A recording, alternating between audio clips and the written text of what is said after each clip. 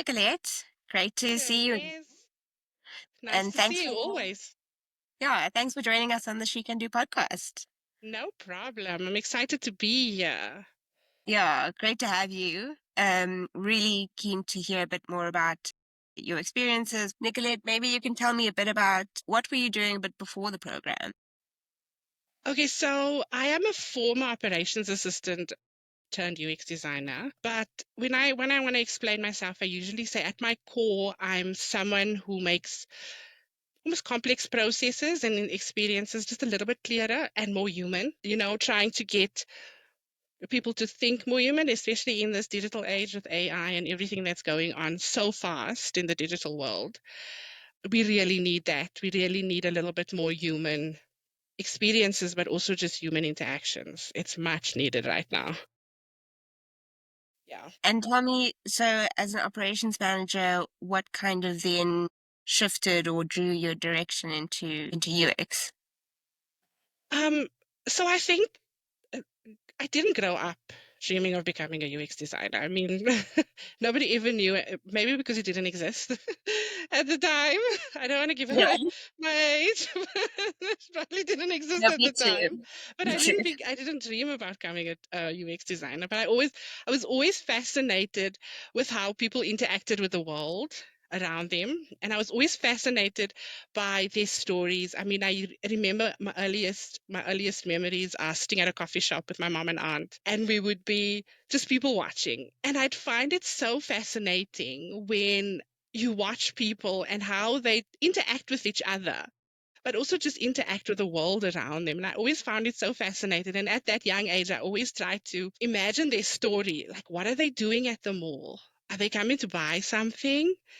Like, if they are, what are they buying? What do their homes look like? What car do they drive? So it was always those stories that always fascinated me about the world and how people interacted with the world. And I think working in operations and observing um, how people would work and listening to what they say, I would constantly ask, why is this process so frustrating for them? There has to be another way. We live in a digital age. We live in a world where things can be easier, but why are people still feeling frustrated? And I didn't know there was a name for that. And I did a little bit of research and just observing friction, thinking systems with the user in mind until I found UX. It was like a language for how I've always worked. It made sense. It was like a click. This is what it is. This is what I've been always doing, and I've always wondered, and I've always wanted to know what is going on. Yeah. So you were kind of doing UX before you knew you were doing UX. Yes, I think so. I just didn't have a name for it. It was something. I just didn't know what it was yet. Yeah, I think that's so interesting. There's so many, people who transition into UX from other industries or careers. And it's always nice to see that, like, the underlying similarity between them, so how you said making the complex simple, Yeah, so yeah, that's like such a core part yeah. of what we do as UX designers. No, for sure. But I also think, um, also going into UX design, that's what you're getting into. But I feel like you always have to remember that, because it's not always about that. UX design has become so complex. There's always so many things that factor into that and that shape your experience in UX design. So I Mm, think fundamentally, you always have to remember what you are doing it for. You're not here to, you're not, yes, you have to advocate for the user, but and make sure stakeholders, because they've mm, got goals too, right? But I mm. think if you do get lost and you feel like you are stuck, you have to go back to that foundation as to what am I doing it for? Why am I here? Yeah. Yeah, so true, so true. And how did you sort of, get interested in UX and sort of start taking those first steps? I think it was that in exactly what I was saying in previously was that frustration, and I just wanted to make real change for people. I wanted to make the experience for people in the world a little bit more human and make it just easier for them. People go through a lot. There's a Mm, lot of things happening, and if you can build something and do something for them, that's going to make it a little bit easier. it makes such a difference, and it changes their perspective on the world and how they navigate through their own world. And I think it was just that in particular is trying to make real change for people so that they not frustrated, and there's not too much friction happening in their lives when they've already had so much going on in their lives at the moment. Yeah. It's true. It helps make things a little bit better for people. Yeah, I know for sure. Real change. Yeah. Real Yeah. change. And Nicolette, how did you come across She Can Do? So I completed my professional diploma through the UX Design Institute. Um, Mhm. and then on completion, I was looking for something just to add to my portfolio, some practical experiences. And I was doing a lot of research and I was looking through a lot of stuff and boot camps and that sort of thing. But for some reason, nothing resonated with me. Nothing felt like, this was it. It was Mm. either too expensive, too pricey. It was either too long. It didn't fit into my schedule. Whereas, you know what I mean? I'm mom, I'm a wife, I work full time, so nothing fitted into that schedule. It felt like it was just too hectic. And I was scrolling on LinkedIn one day and somebody had they reposted the She Can Do notice to say they're looking for the second cohort of 2024. And I was like, oh, this looks cool. And I opened it and I think what resonated with me first was the fact that I think it said something along the lines of they were looking for people looking to move into UX design. And I think that's what caught me first. But then going onto the website and doing my research and um, looking through the past cohort and that sort of thing, something just I always say, like, if you know something is right, your nervous system is calm. You don't feel doubt. You don't feel like you're not doubting yourself. You like, should I really? But I opened it and I went through it and I said, I think this is it. It ticked all the boxes for me. It was flexible. The pricing was reasonable for what I was looking for, and it just felt right. My nervous system had settled, and I said, should I, shouldn't I? But I was like, no, no, no, no. This feels right, so I'm just going to go ahead and do it. And that's how I got into She Can Do. It was wonderful. Yeah. Okay, And the nice. rest is history, they say. The rest is history. Yeah. And I guess, before you started the program, what were you hoping to gain that you weren't finding elsewhere? I think what I was hoping to gain was structure. I wanted to get some real experience because She Can Do the program. You work with real clients. You work with people that Mm. have actual problems, that have actual things to solve, or that have actual things to enhance in their businesses and that sort of thing. And I just wanted some structure and I wanted some real knowledge into the field. And Mm. what was also great was that you guys had mentors, and it was nice to hear and get that feedback from mentors. So that was mainly the reason why it was so changing, life changing for me. No, that's great to hear. And what was some of the big or key takeaways for you from the program? Okay, so I have two that come to mind. Mm. So the first is, so when we went through the program, one of the design processes was our research phase, and um, our client was packed for mama, and they had doing new moms, and that's it. And me being a new mom, I went in to that research phase, Mm. and I was like, I got this down. Like, I'm a new mom. I know exactly what they are. Do we even have to do this research? So I was very confident that I would actually know what these moms would want. Mm. And I went in, and because I was one of two only moms in that cohort, it was me and another lady. We were the only two moms. I was like, man, we know this. And we went in, and my oh my, was I like floored because it was completely different to what I was thinking. They Mm. had said so much different things, and it killed my bias. Mm. It actually made me so self-aware to say, stop thinking you know it, and Mm. stop thinking, listen to what they're saying. And the first few interviews, you were like, I know they're going to say this and I know they're going to say that, and they didn't. And it killed your bias. It completely so it made me a little bit self-aware. It also made me think and listen to understand and not to just reply and to give my opinions and to almost lead. And it actually made you think so critically that it was such a game changer. So that was one of them. And the second one was through one of the phases after we did our research, they had brought in Dr. Liz, and Mm. she had done a presentation on storytelling. And she did something so unconventional in that presentation. It sits with me till today. Like whenever I do a presentation, it takes me back to what she did in that presentation that was so unconventional and that was so impactful. And the hook was just like next level.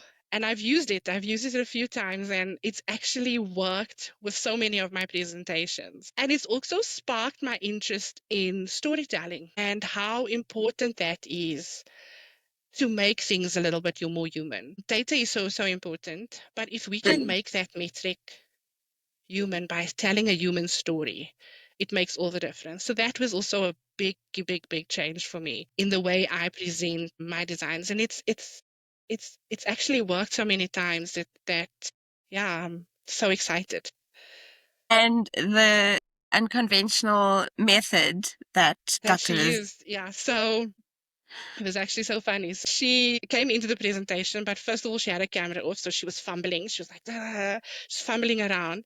And then her sound didn't work. And she was like, okay, guys, just hold on, just hold on. And then she was trying to fumble with her sound. And then her slides came up, but it came back different. And we sat there thinking, who is this woman? And what is she doing? Like, does she know exactly? Well, that's how I felt. I was like, does she know what she's doing? Shay, maybe it's early on a Saturday morning. She doesn't know what she's doing. And she said, okay, guys, just hold on a second for me. And she just dropped off the call. And we're sitting there, and Lesego's not saying anything. And we're like, what's going on?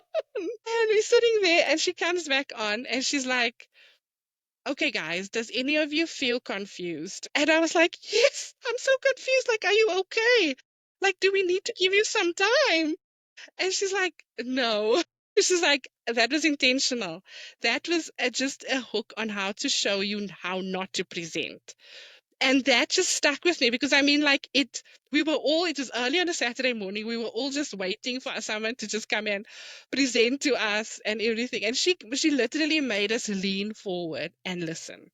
And that's Mm. what you need. And that's what you need when you want to talk to decision makers and stakeholders, is for them to lean forward and listen to understand what you're trying to say. And that was just like Yeah. amazing. Top tier. I love it. I remember that. Yeah. I remember I asked her to be a speaker, and then she just said, I just need to tell you how I'm going to start so that you don't actually think something is wrong. Yeah, she said, don't freak out. This is how I'm going to start. Yeah, brilliant. And other than Liz, I mean, would you, if you could sort of give a shout out to any of the other people that you interacted with or learned from along the way? Yes, 100%. Adila, she was amazing. She was so patient with us. I mean, research is such a beast, and it's always considered boring, right? Because what you want to do is you just want to jump into the designs. You want to start Yeah. fidgeting on Figma. But it was so important. And the way she was so graceful, she was so patient. She was always answering our questions so diligently with such patience. I mean, that phase was wonderful. Hmm. Your net was That's an also idea. so great. Yeah. Hmm. Nice. Yeah, she was also so great. She came with so much knowledge and she never felt she never she never she always gave us such good feedback. But also I want to shout out Lesego. She was also so great with our cohort. We asked a lot of questions and to the point where we felt like we were becoming a little bit annoying with all our questions. But yeah, she was super patient with us as well. And I think what she always reiterated with us was that no question is silly. This is a place for you to feel safe and for you to fail safely. So don't feel like you are failing. Do it and do it to the best of your knowledge and ability. And this is a safe space for you to open up and say what you Hmm. really feel and that sort of thing. Yeah. Yeah, no, amazing. There's some really inspiring and knowledgeable people that you meet along the way, hey? Yeah, no, 100%, 100%. Yeah. Okay. And how do you how do you think you've changed mostly professionally and personally? Oh, immensely. So I couldn't do this before. Like I was a wallflower. I never was the one who put my hand up, even though I knew. Really? I would always wait, truly, truly, I always waited for somebody else to say it, you know? So I knew the answer, but I would never say it in a meeting or a meeting setting.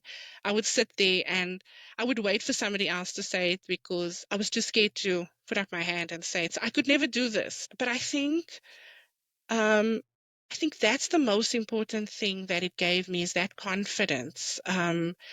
Each process, each task pushed me to think critically, to justify my decision. I think Mm, that was also so important. And to mm. embrace feedback that I still struggle with. I'm not gonna lie. It's hard to get feedback. And I'm a Capricorn, so I'm so strong and like I think I know everything, right? So I'm also I always Capricorn. say, are you a Capricorn too? Yeah. So you know.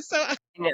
I struggle so badly with that. I'm like, I know it. Like, you can't give me feedback, but it's so important. And feedback at every point. Like, and Yeah. you got to start putting your vanity and your ego aside. And you've got to say, this is needed for me to grow. I need to get Mm, this feedback. And if they tell me it's not great, you got to just figure out how to get it to be great, right? So it got me to embrace feedback because mm, I feel like a great designer, like I said before, is you have to listen to understand and you have to ask the right questions.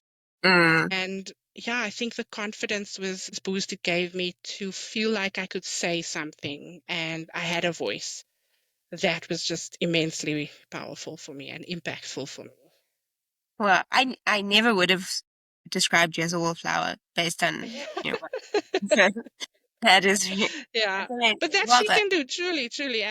It's exactly that. Like I always just felt like I would only be able to say something when I knew too much, when I knew a lot more. So I didn't want to always sound stupid and for people to judge me. So that's why I would never say I'm going to put my hand up.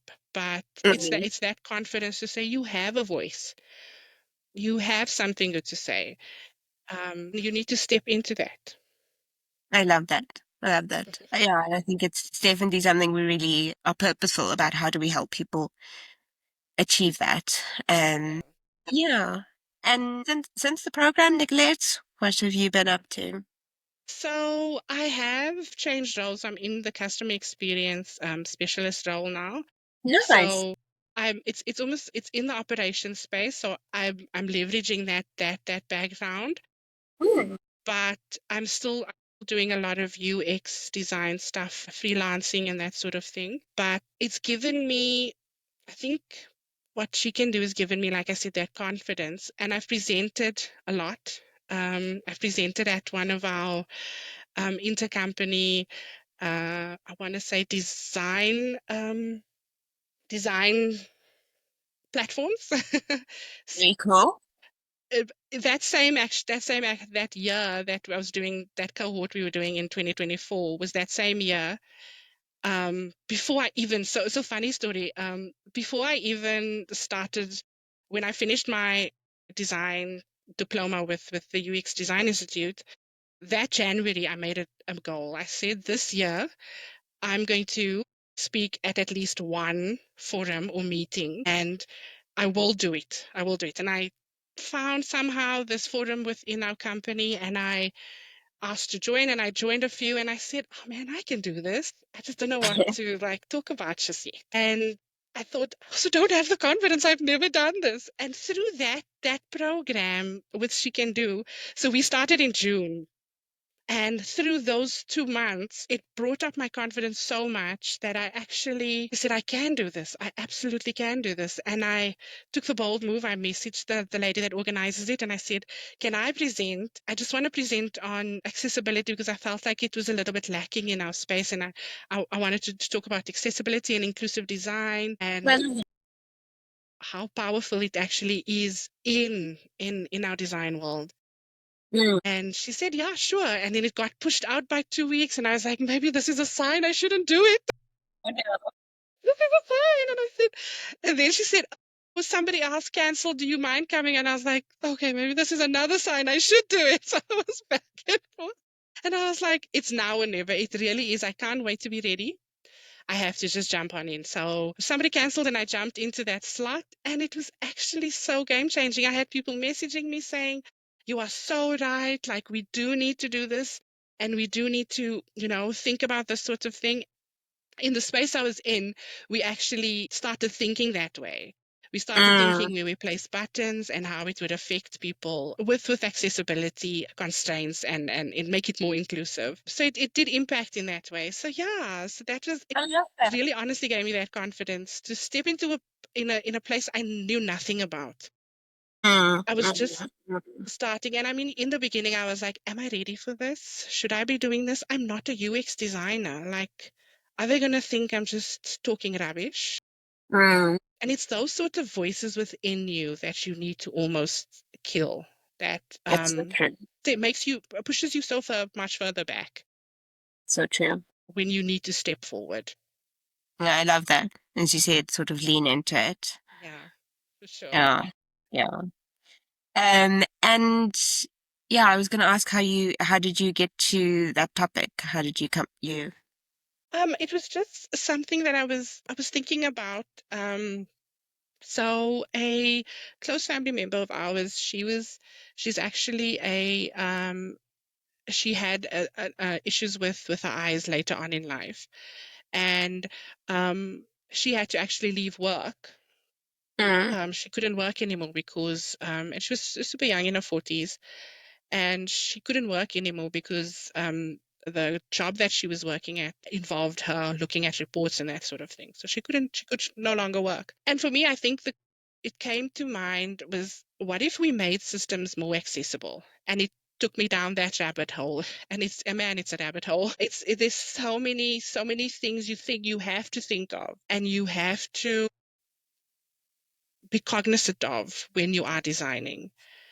And that can make such real change, not even with people with accessibility constraints. And also just like with everybody inclusive. I mean, I when I went through my research, I never thought of it before. I learned about the curb cut method. So with the pavements, we have those are actually designed for people with wheelchairs. But who else Mm. uses it? People with bikes, people Everybody. with prams. Through my research, I figured that out. So by just making that small change and thinking accessibility with accessibility in mind, you have now made a mom's life easier who is alone. I'm True. walking my kid, I'm alone. Who's going to lift that pram up to put it onto the pavement? You Mm. know what I mean? Mm. I went Everyone. down so many rabbit holes. I mean, I thought of something, rheumatoid arthritis, not rheumatoid arthritis. What is it now? The diabetes. It's when you don't know you have it, but your eyesight becomes blotchy. I can't remember but it's a form of diabetes. Yes. Okay. Yes. Yes. Yes. Yeah, it's a form of diabetes, and I can't remember the full name, but it happens suddenly. You don't know it. There's no signs, and you can wake up one day with blotches.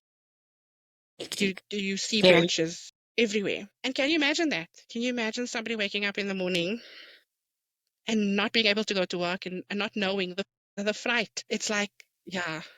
I mean, it's those sorts of things that can, by designing for people Mm. with visual Mm. impairments, for people with Mm. hearing impairments, all of that. But designing for them, but thinking inclusively, it can actually just ripple effects through how people just experience the world and make a real difference in the way they experience it. Yeah. And isn't that the power of design, right? It's so powerful. It's so powerful. And I feel like the world is 100% moving a lot faster towards accessibility design, but it's still a, like, is it really necessary type thing, which is sad, but I think it's a lot further than it used to be. At least. Yeah. That's true. And progress is good, of course. Yeah. Yeah. Okay. And Nicolette, I guess is there something that you know now that you wish you knew when you were starting out your journey in UX? I think what I know now is, so when it came to pivoting into UX or changing UX in my late 30s, I think I thought it would be easy, but between juggling work life and just the everything going on in life, what I thought was a challenge was almost learning tools and getting to know all of that. But in actual fact, what I wish I knew was it wasn't about the tools. It was about how am I going to reframe my value in this new industry? And I think I wish I knew that. I wish somebody had said that to me. That's going to be the difficult part. It's not going to be, yes, juggling a new career after 30s is hard. That is hard, but you can navigate it. Learning tools is hard, but it can be done. But it's the reframing, how to reframe my value in a new industry. And Mm, I constantly was thinking, I wonder, will they see my past title? Like she was just an operations assistant. Will mm, they see my past and use that against me? mm, How do I navigate that? And I think for me it was almost having to think it's not a weakness. I'm not going to erase my past. This is a strength. My background is a strength in getting to where I want to be. I can leverage this. I mean, my process thinking, my observation skills. I've collaborated with so many people, so I've got relationships with them. It mm, built a community for me. I know what people are frustrated because people come to me. So I know what they're frustrated with. By building flows, I know the processes. So I know what consultants are going through. So I can leverage that and use it as my strength instead of thinking, I wonder if they'll see my title and my skills as a mm, obstacle. Why should we mm. hire her? She doesn't have UX experience. And I wish somebody had said that to me before I went into UX design, was that the tools you can learn and you'll manage to juggle if this is what you want, you'll manage to juggle that work-life balance. But that's reframing my value in an industry that you're not in super hard. Super, super hard. Yeah, that's is. And how has the industry been sort of in It terms of has been tough, I'm not gonna lie. mm, What is a toughie for me is the fact that because I'm a little bit older, I can't go into a graduate program because they have a time mm, limit, mm, or even a junior role because I feel like I've got so much knowledge. Although I'm not opposed to starting in a junior role, but just getting into that has been so difficult mm, because you're too old to apply for the graduate program, but they won't take you on as a junior because you don't have industry experience. You haven't worked in UX particularly. So that's been hard, but I mean it's not impossible. I'm working towards getting in to that space. Yeah, I mean I'm a lot further than I was when I started, so that's a good thing.